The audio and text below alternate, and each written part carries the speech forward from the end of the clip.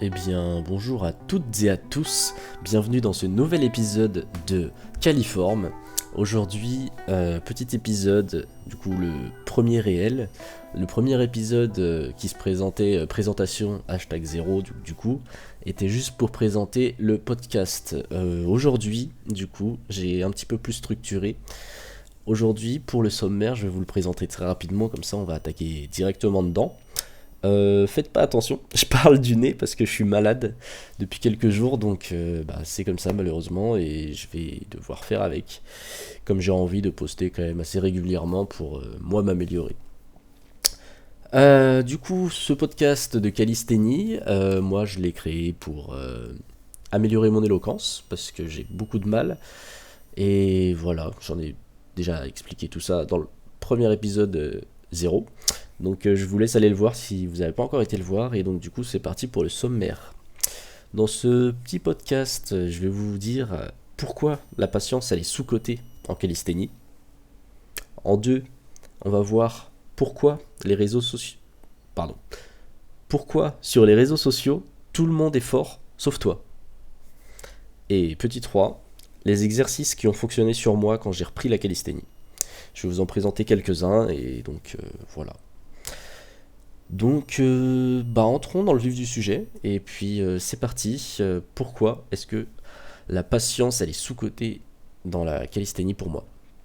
Euh, bah, Tout simplement parce que, vous voyez, pour atteindre ces figures-là que vous voyez sur les réseaux sociaux, les planches, les front levers, les muscle up lestés, tous les trucs comme ça, qui vous paraissent pour vous inatteignables, euh, en fait, il va falloir de la patience. Et si t'es pas patient, si tu veux tout de suite, si t'es vraiment dans la nouvelle génération qui veut, hop, je claque des doigts, je veux le truc, tu vois, c'est dopamine instantanée. C'est exactement ça. Quitte ce sport ou alors change de mentalité parce que t'auras pas ta figure aussi vite. Tu pourras avoir quelques prérequis sur quelques trucs, quelques avances, on va dire, tu auras peut-être des avantages comparés à d'autres sur telle figure, par rapport à ci, par rapport à tes antécédents que tu as eu dans ta vie, ton sport que tu avais fait plus jeune, etc. Mais par contre, c'est pas possible de se dire je vais avoir la full planche en un mois, c'est incroyable, je suis boosté. Non, t'auras pas la full planche en un mois, mon gars. Rien que pour vous prendre ma propre expérience, j'ai quand même eu une évolution rapide. J'ai vraiment évolué assez rapidement, moi justement, dans mon évolution en planche. On va dire que j'ai... Non, c'est pas on va dire, c'est j'ai commencé du coup début septembre, j'avais une tuck.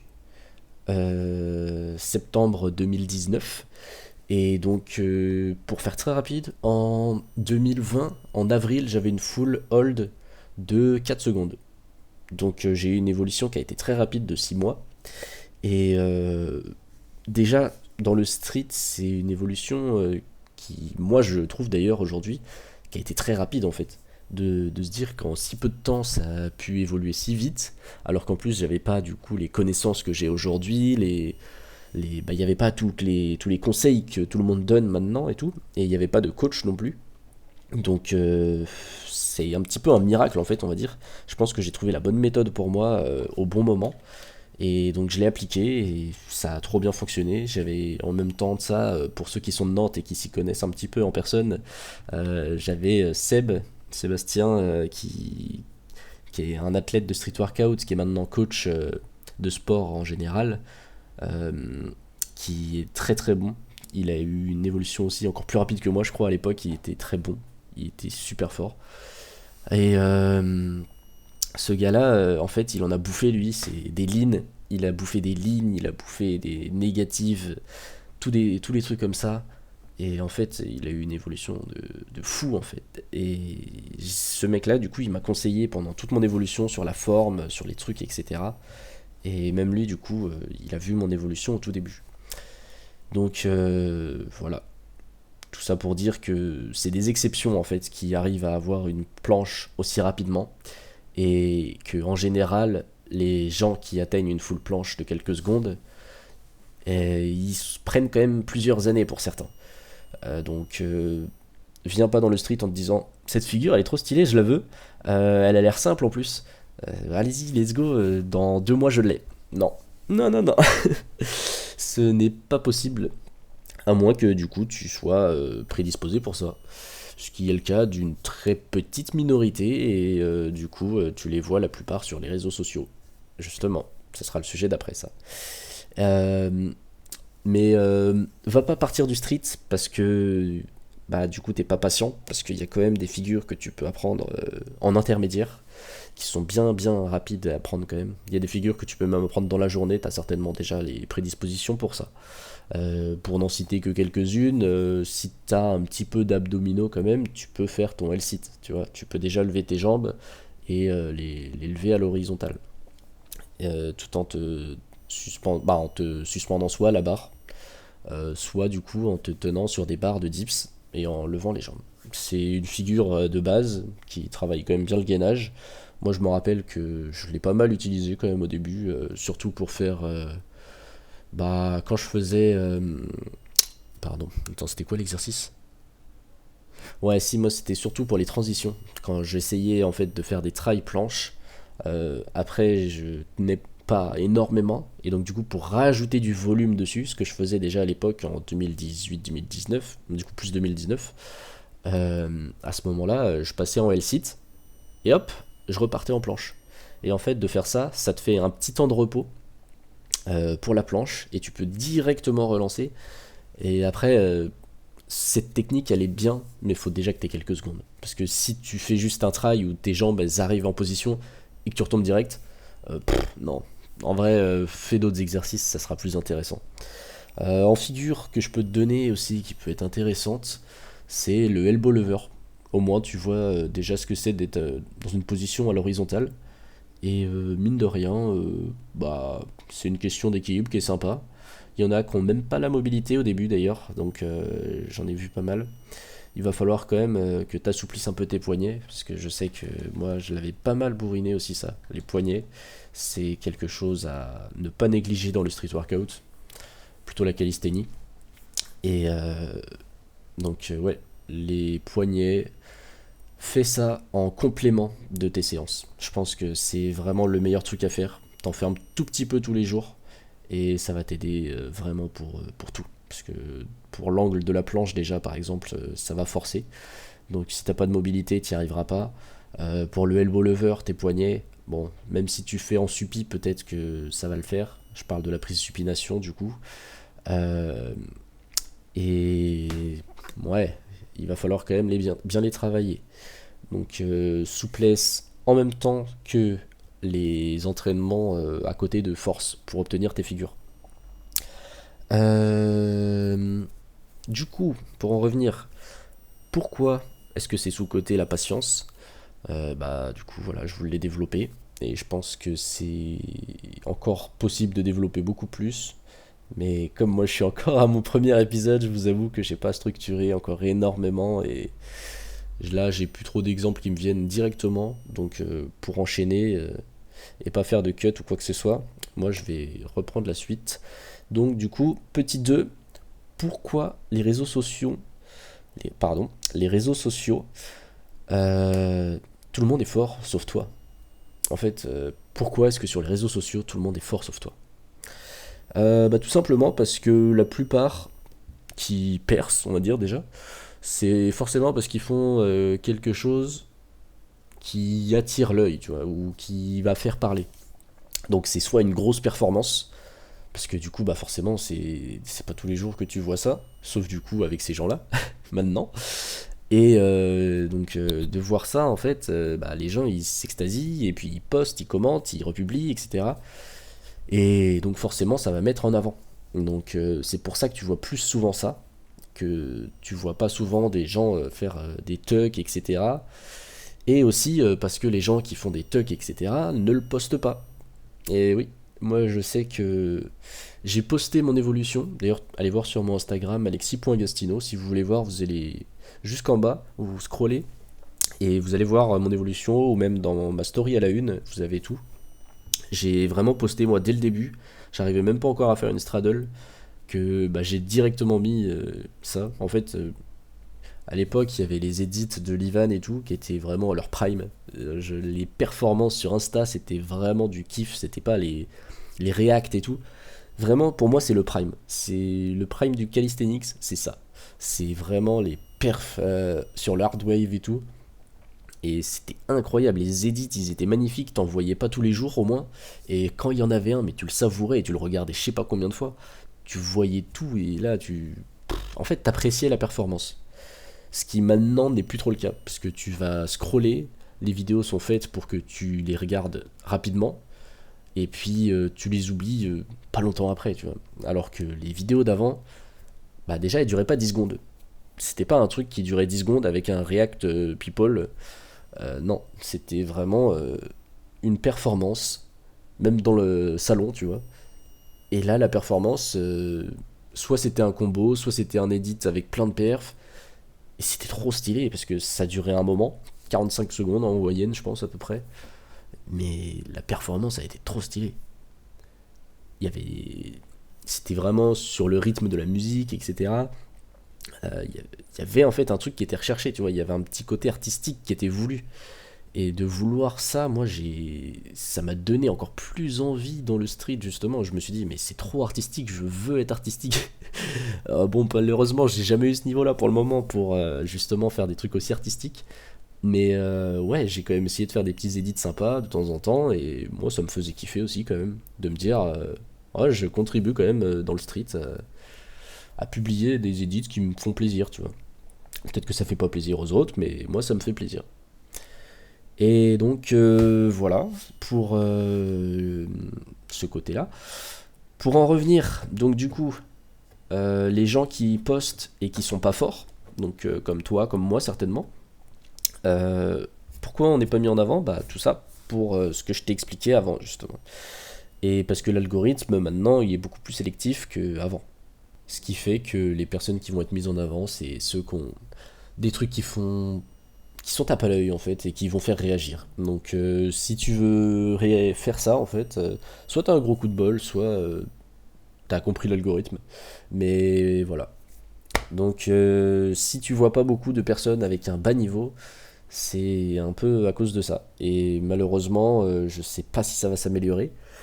J'espère en vrai, parce que malheureusement, ça, bah, en fait, ça pourrait motiver tellement de monde de se dire, ouais, en fait, les gens me suivent pour mon évolution et c'est trop bien. En fait, le fait de se faire suivre par les gens qui voient ton évolution, etc., c'est gratifiant. Et en plus de ça, du coup, ça te donne une motivation en plus pour justement évoluer dans le sport et te dire oh, il y a des gens qui me suivent pour ça en plus. Ah, vas-y, ah, j'ai pas envie de les décevoir. Et puis même moi, j'ai envie de voir jusqu'à où je peux aller, tu vois. Et il faut pas, en fait, faut pas, comment dire, faut pas avoir une pratique malsaine en fait avec ce sport. Il faut vraiment que tu te dises que c'est pour toi que tu le fais, c'est pas pour les autres. En fait, c'est trop important que dans cette pratique tu le fasses pour toi. En fait, si t'attends toujours que les autres viennent te dire bravo, etc., je pense que t'iras pas très loin dans ce sport, malheureusement, je suis désolé pour toi. Mais faut avoir la bonne raison de le faire. Tu fais pas ce sport pour les autres. Faut que ça vienne de toi, faut que tu aies une envie profonde, que ça te passionne de le faire en fait. Même si ça te passionne pas, il y a certains trucs, je suis sûr, tu prends du plaisir à le faire, tu vois. Peut-être pas ta passion non plus, mais ce sport, tu le fais pas quand même. Tu le fais pas juste parce que il faut avoir telle figure ou quoi que ce soit. Euh, et il faut encore moins le faire parce que bah, tu te dis, ah tiens, je vais attirer telle personne grâce à ça. Oh, je vais être trop stylé, ça va être incroyable. Non, spoiler, non. Les seules personnes que tu attires, par exemple, à la salle de sport, je vais te donner les exemples. Moi, sur 3 ans et demi où j'ai été à la salle, là, je crois. Ouais, c'est ça, à peu près 3 ans et demi. Euh, pour l'instant, seule personne que j'ai attirée, c'est des mecs. Et les mecs qui viennent de me demander des conseils ou des trucs comme ça. Donc, non, tu n'attireras pas les filles. Ça, c'est une certitude. Si tu fais ça pour ça, change de sport. En tout cas, ça sera pas comme ça que tu vas pouvoir t'attirer les filles. Si tu veux, il y a d'autres trucs pour ça, et je pense que même elle, elle préfère le faire à d'autres endroits qu'à la salle. Il y en a plein, comme moi par exemple. On est à la salle en fait, on est là pour s'entraîner, tu vois. Genre, c'est pas un site de rencontre. C'est pas là que tu vas rencontrer ton âme sœur, à part pour certains. Mais n'y va pas pour ça, vraiment. Tu feras déjà moins chier les autres.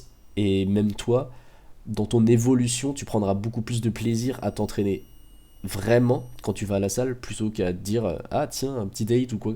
Non, non, non, t'es pas concentré dans la séance et ton évolution elle va vraiment être pas. Bah, c'est pas la bonne manière en fait. C'est pas comme ça que tu fais. Si tu veux évoluer, il va falloir que tu sois un minimum focus, un minimum discipliné. Et si ta motivation d'un moment pour aller t'entraîner, c'est oh tiens, il y a telle fille qui y va. Ouais, entraîne-toi à côté sinon. Mais faut pas que ces séances-là, ça soit tes entraînements principaux, tu vois. Bref, je m'éparpille. Donc du coup, ouais, sur les réseaux sociaux, tout le monde est fort sauf toi. Parce que tout simplement, les gens ne postent pas. En tout cas, ceux avec un faible niveau pour l'instant.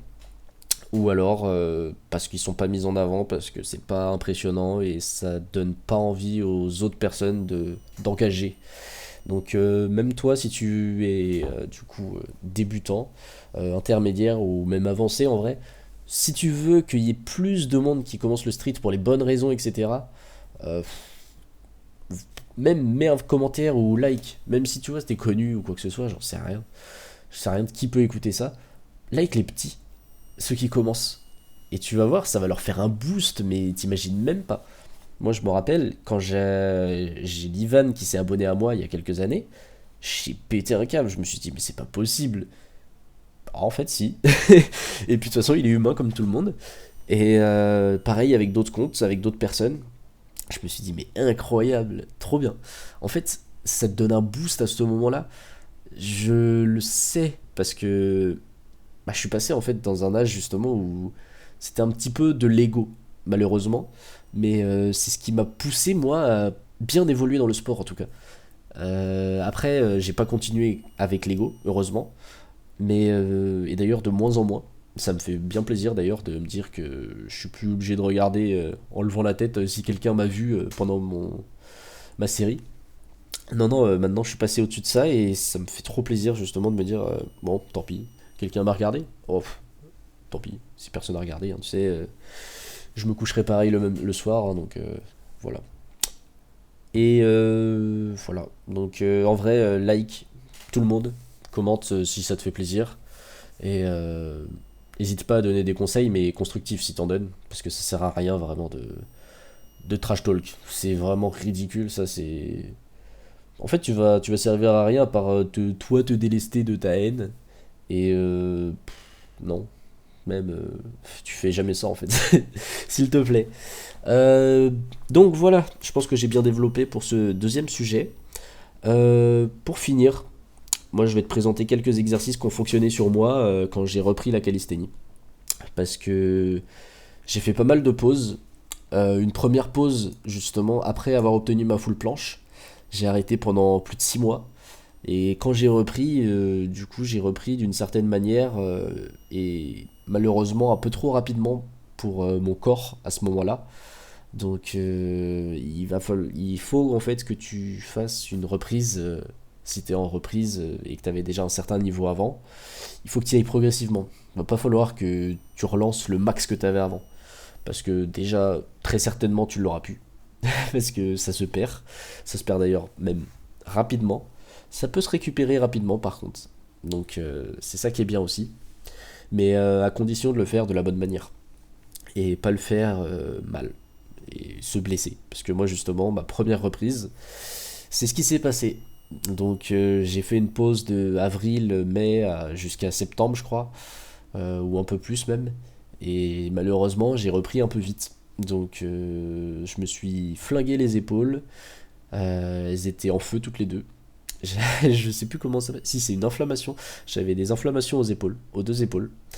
Donc voilà, ça fait un peu mal, c'est pas très agréable. Et puis surtout pour les entraînements après, bah t'es frustré parce que tu peux pas forcer, tu peux pas faire ce que tu veux. Et donc voilà. C'est vraiment une question de progressivité.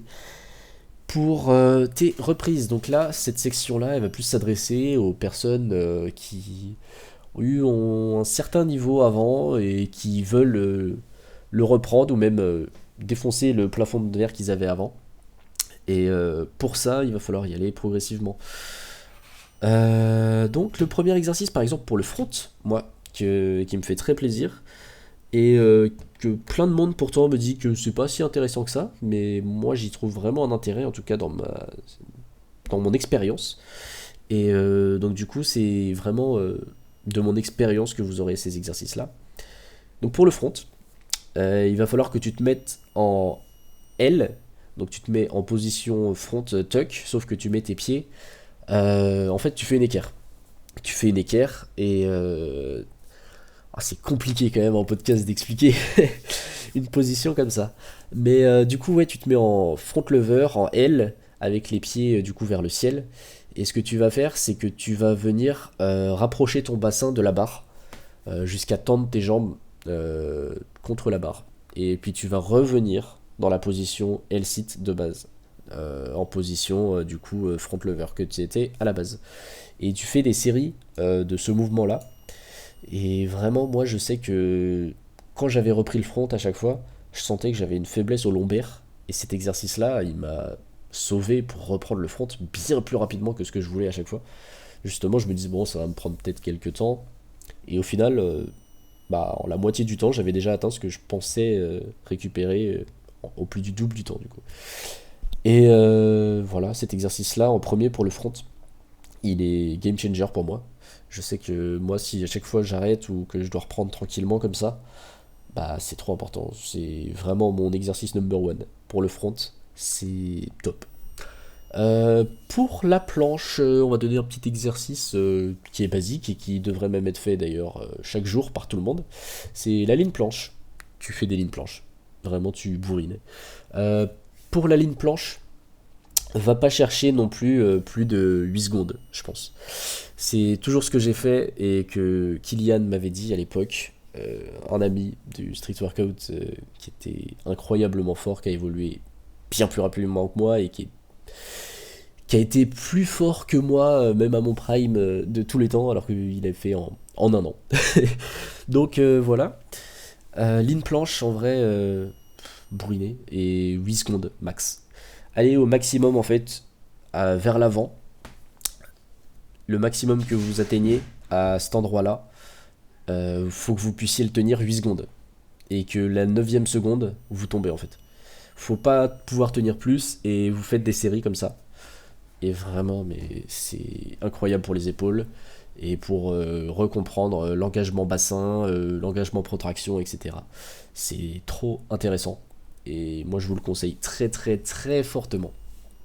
Euh, Ensuite, si vous aviez par exemple le muscle up et que vous ne l'avez plus, franchement, là, j'ai pas un exercice miracle parce que je l'ai jamais perdu honnêtement. Mais je pense qu'il faudrait quand même que vous repreniez quelques tractions, mais surtout que vous les repreniez explosives. Parce que le muscle up, ça demande beaucoup de force. Et sauf que cette force, si elle est lente, malheureusement, vous n'allez pas arriver jusqu'à au-dessus de la barre pour finir le muscle up. Donc je pense que beaucoup d'entre vous ont certainement déjà le muscle up. Mais pour l'avoir vraiment bien, il va falloir être explosif pour monter au-dessus de la barre. Parce que si vous n'êtes pas capable de passer les pectoraux juste au niveau au-dessus de la barre, ça va être compliqué après. Et je pense que c'est le minimum à avoir pour pouvoir avoir le muscle up. Donc entraîne ton explosivité si tu veux récupérer ton muscle up que tu as perdu. Je pense que c'est vraiment le mieux. Et je pense que j'ai fait très rapidement le tour de quelques exercices comme ça, miracle. Pour moi en tout cas. Et si t'as des questions ou quoi, que t'as des questions justement sur d'autres exercices, en vrai, n'hésite pas à commenter ou m'envoyer un message. Et puis pour ceux qui m'écoutent sur Spotify, parce que oui, je suis aussi sur Spotify, n'hésitez pas à me mettre 5 étoiles, ça me mettra en avant et comme ça, je serai un peu poussé par l'algorithme. Et on fera écouter ça à plus de monde. Et puis c'est sympa quoi. Donc voilà. Moi je vais m'arrêter là pour cet épisode là je pense. Je te remercie d'avoir écouté jusque là. Petit épisode encore une fois. Je pense que je m'améliore légèrement sur mon éloquence. En tout cas, j'ai moins de mal, je respire un peu mieux quand même si j'ai le nez bouché. C'est contradictoire, mais vas-y. Donc voilà, encore merci de m'avoir écouté. N'hésite pas à aller me suivre sur Instagram, alexis.gastino. Et puis moi je te dis à la prochaine pour le prochain épisode de ce podcast. Et encore merci.